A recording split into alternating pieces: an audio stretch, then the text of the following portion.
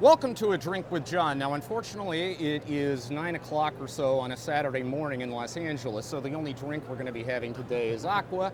But believe me, it's going to be intoxicating nonetheless because we are joined by Auxiliary Bishop Robert Barron of Los Angeles. Bishop, how you doing? John, I'm good. Always good to be with you.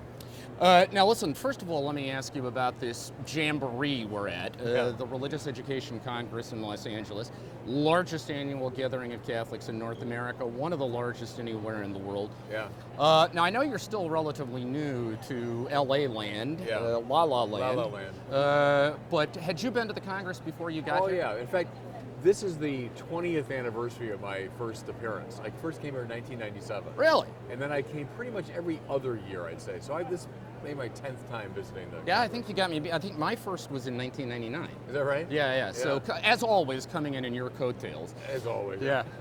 But anyway, I mean, for me, this thing is like an annual injection of adrenaline straight to the heart. Right. I mean, nothing like you that. would never know that there's any Sturm und Drang or No. spirit of defeatism and gloom and doom in this place. I mean, it is just let the good times roll, right? Yeah, and it's wonderful. And I sensed that the minute I walked in here in 1997, and it's always drawn me back, you know. And it's the classic James Joyce thing. Here comes everybody, right? Here's the whole Catholic Church, left, center, right, on display. And there is a tremendous energy and enthusiasm. I've spoken in the arena several times, and that's always a kick, you know, to speak to that big of a crowd. And there's just a lot Although when you're on stage in the arena, I mean, at least for me, I always feel like I should be up there doing smoke in the water, you know, and not giving a talk. Right. Now, usually when I'm in the arena, you do a little more of a rah-rah style. Yeah. You know? But like, I've done talks here over the years on Balthazar, on John Henry Newman, on Thomas Aquinas. So I've done more kind of teacherly, serious things here. I like it. And you have 1,000 people in a breakout session on Hans Urs von Balthasar. So I like that about the Congress. And then I've done the I would say that's probably a little bit about you, too. I mean, I'm not sure old Hans can take exclusive credit for packing 1,000 people into a room here. He can pack a room at But he Balthasar. can pack a room. Yeah, I know. No, I enjoy it, though. I love coming Although, here. in a way, Bishop, the irony of all that is that this really isn't, so to speak, your natural habitat.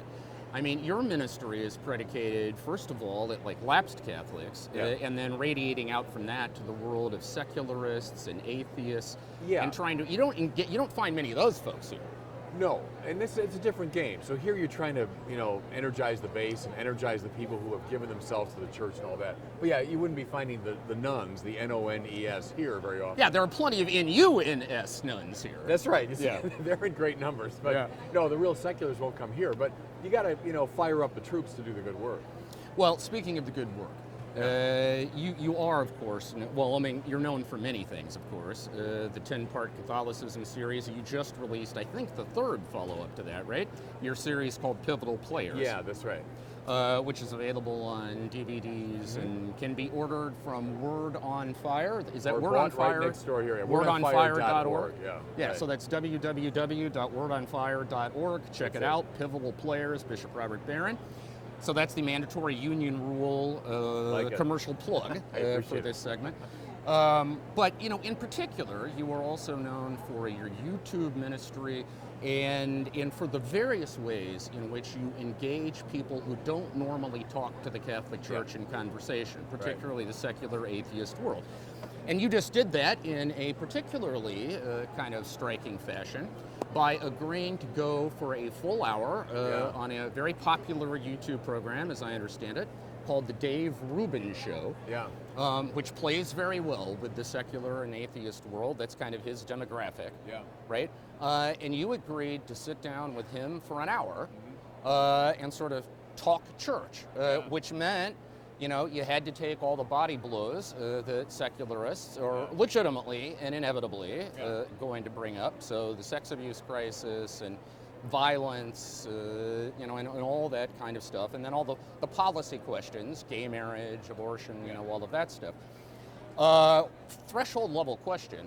Why did you agree to go on that show? It seems a kind of counterintuitive thing for a Catholic bishop to do. I thought it was the natural move to make because of what you were saying earlier. That's the audience I'm going for, is the audience outside of the confines of the church.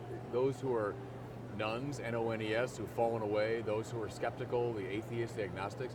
I must confess, I didn't really know about Dave Rubin, but the invitation came through, and a lot of people on my team said, oh man, that's very important. Take that. That's a really important show.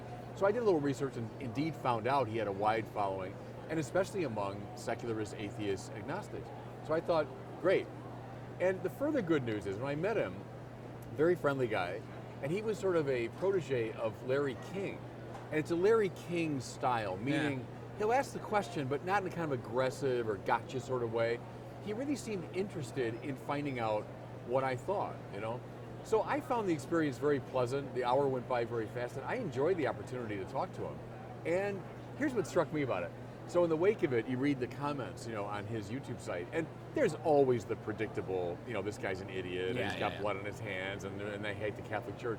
But what really struck me was the extraordinary number of positive statements. And people saying, wow, never thought of that before. Wow, hearing that perspective is something really new and fresh. And by the way, the vast majority of these people would begin their comments by saying, hey, I'm a hardcore atheist. Yeah, that's right. But, right. So I loved having the opportunity. I'm coming to think of that as like the Barron but. Yeah, that's right. You know? Yeah. I mean, a lot of people do have that reaction to you. It's like, hey, I may not be buying all of this, but man, can that guy sell it.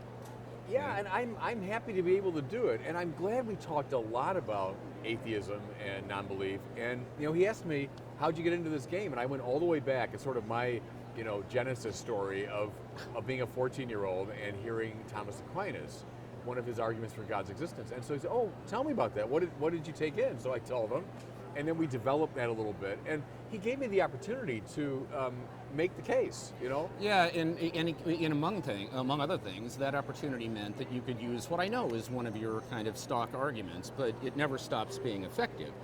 Because I heard you in that show say something you've said to me, I know you've said it to others countless times, which is that the problem with the atheists is that they drop the questions just when they get really interested. Yes, and we get accused all the time of being anti-intellectual. Obscurantism, and we're a medieval superstition.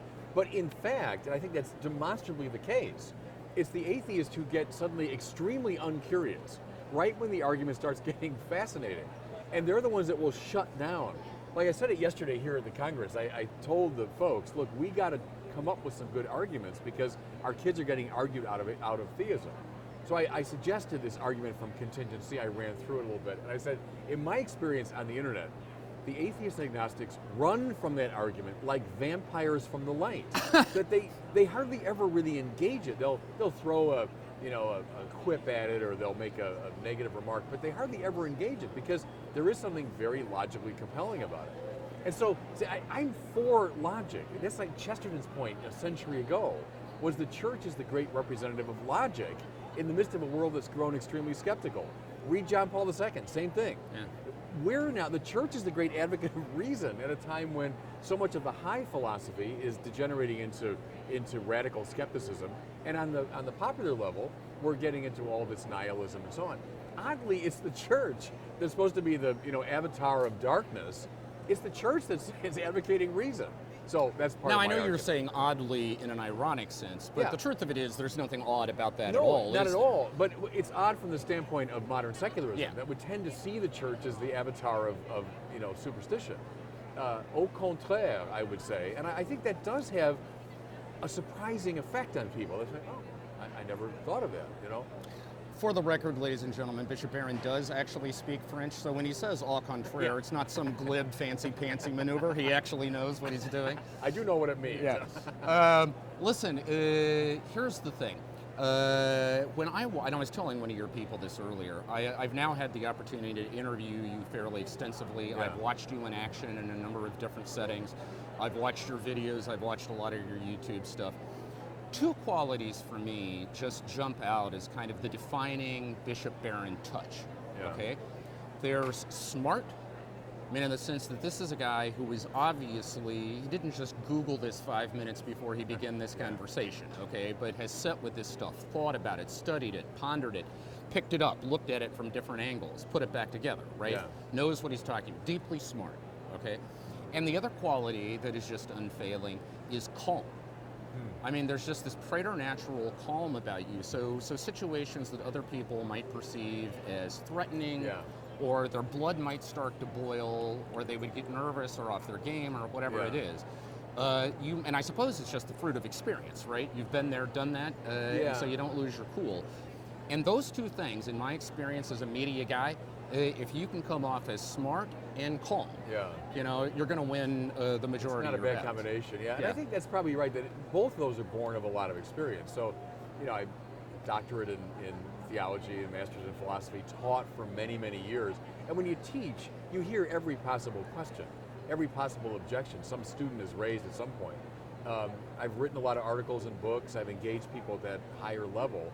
And so, you probably heard most of the counter arguments. So nothing's going to really throw you like, oh my gosh, I never thought about that objection. Yeah. So I suppose that's true. And then the con thing.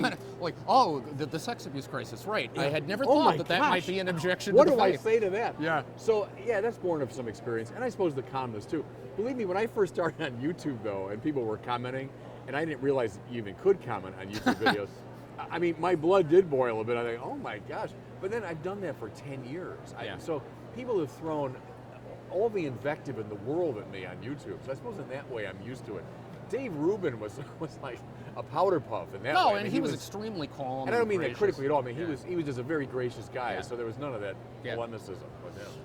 But I guess this leads to a question about evangelization, because ultimately, of course, that is what you're about. Yeah.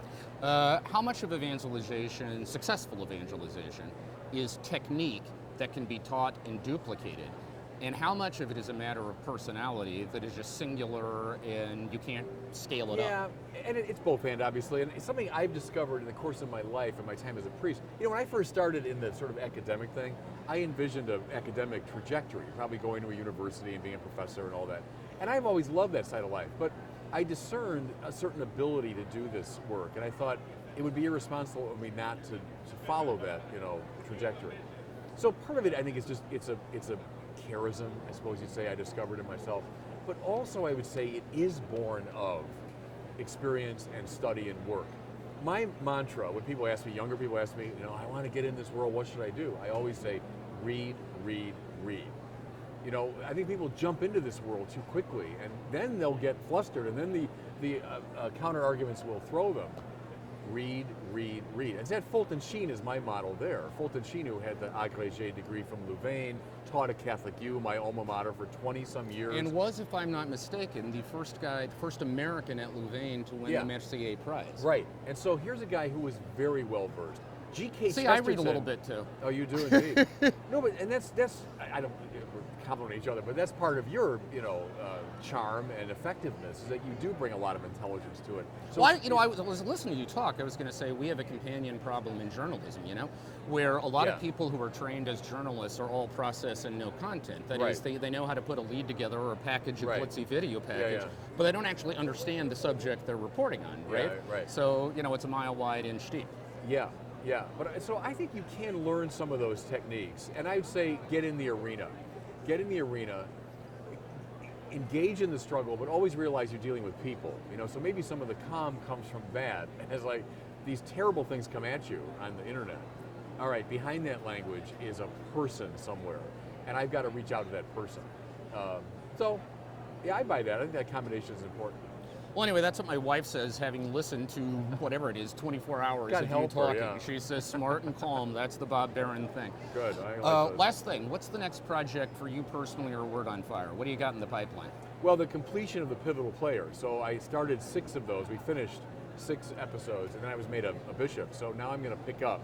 And I finished 4 scripts, and we're heading off this summer to film again. So I'm excited about that. Heading off where? I'm going to go to Italy and to France and to Switzerland, and we're filming for Benedict and for Augustine.